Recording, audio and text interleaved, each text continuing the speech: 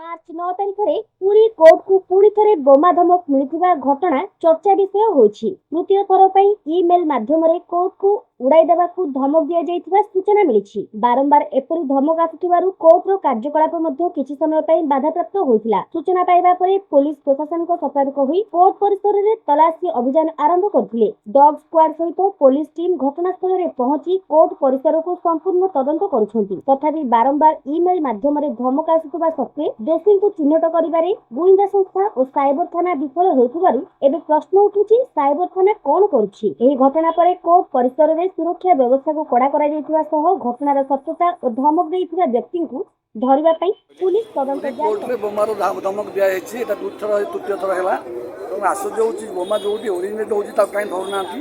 ଏତେ ଜ୍ଞାନ କୌଶଳ ପରେ ମଧ୍ୟ ଯଦି ସରକାର ବା ପ୍ରଶାସନ ବା କିମ୍ବା ତାଙ୍କ ଗୁଇନ୍ଦା ସଂସ୍ଥା ଧରିପାରୁନି, ୟାଠୁ ବୋଲି ବିଫଳତା କିଛି ନାହିଁ। ତେଣୁ ଗୋଟେ ପରେ ଗୋଟେ ଧମକ ଦେଇ ଚାଲୁଛନ୍ତି, ଗୋଟେ ପରେ ଗୋଟେ ଫେକ୍ ବୋଲି ପ୍ରମାଣିତ ହେଉଛି। ଯେଉଁ ଫେକ୍ ହେଉଥିବା ଧମକ ଦେଉଥିବେ ତା କିଛି ନିରାକରଣ ହେଉନି। ସେଥିପାଇଁ ଦୁଃଖିତ। ଦେଖିବା ଆଜି ସମସ୍ତେ ଆଜି ବାହାରକୁ ବାହାରି ଆସିଛନ୍ତି, ଷ୍ଟାଫ୍କୁ ଆରମ୍ଭ କରି ଡାକ୍ତରଙ୍କୁ ଆରମ୍ଭ କରି ଓକିଲମାନେ।